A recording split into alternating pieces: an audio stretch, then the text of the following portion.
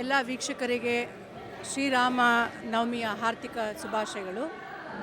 ಇದೇ ರಾಜಾಜಿನಗರದ ಶ್ರೀರಾಮ ಸೇವಾ ಮಂಡಳಿಯ ವತಿಯಿಂದ ಎಲ್ಲ ಪದಾಧಿಕಾರಿಗಳು, ಸದಸ್ಯರು, ಶ್ರೀಧರ್ ಅವರವರ ಅಧ್ಯಕ್ಷತೆಯಿಂದ ಶ್ರೀರಾಮ ನವಮಿಯ ಹಬ್ಬವನ್ನು ತುಂಬ ಅರ್ಥಪೂರ್ಣವಾಗಿ ಹಾಗೂ ವಿಜೃಂಭಣೆಯಿಂದ ನಡೆಸ್ತಾ ಬಂದಿದ್ದಾರೆ.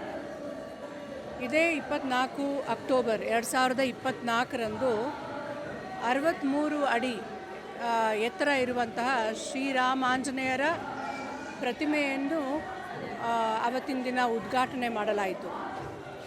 ಆ ದಿನ ಒಂದು ಬೆಂಗಳೂರು ಇತಿಹಾಸಕ್ಕೆ ಒಂದು ಪುಟ ಸೇರಿಸಿದಂತಹ ದಿನ ಅಂತ ಹೇಳಿದರೆ ತಪ್ಪಾಗಲಾರದು.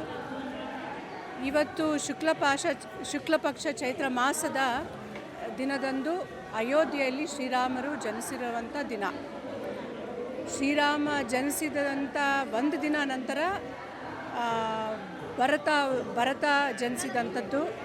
ತದನಂತರ ಲಕ್ಷ್ಮಣ ಮತ್ತು ಶತ್ರುಘ್ನ ಇಬ್ಬರು ಅವಳಿ ಜವಳಿ ಮಕ್ಕಳು ಜನಿಸಿದಂಥ ದಿನ.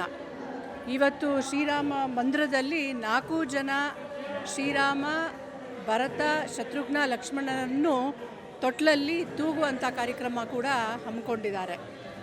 ಸೊ ತುಂಬ ಅರ್ಥಪೂರ್ಣವಾಗಿ ಮಾಡಿದ್ದಾರೆ ಅಂತ ನೋಡ್ಬೋದು ನಾವು. ಭಕ್ತಾದಿಗಳು ಇದನ್ನು ನೋಡಲಿಕ್ಕೆ ಎಲ್ಲ ಕಡೆಯಿಂದನೂ ಬರ್ತಾ ಇದ್ದಾರೆ.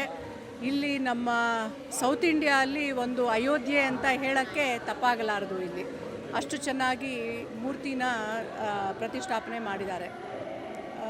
ನಿನ್ನೆ ದಿನ ಇದೇ ಮೂರ್ತಿಯ ಮುಂದೆ ಒಂದು ವಿದ್ಯುತ್ ಕಂಬಗಳನ್ನು ನೆಟ್ಟಿರುವ ಮೂಲಕ ಹಾಗೂ ಒಂದು ಸಣ್ಣ ಉದ್ಯಾನವನವನ್ನು ಕೂಡ ಉದ್ಘಾಟನೆ ಮಾಡಲಾಯಿತು.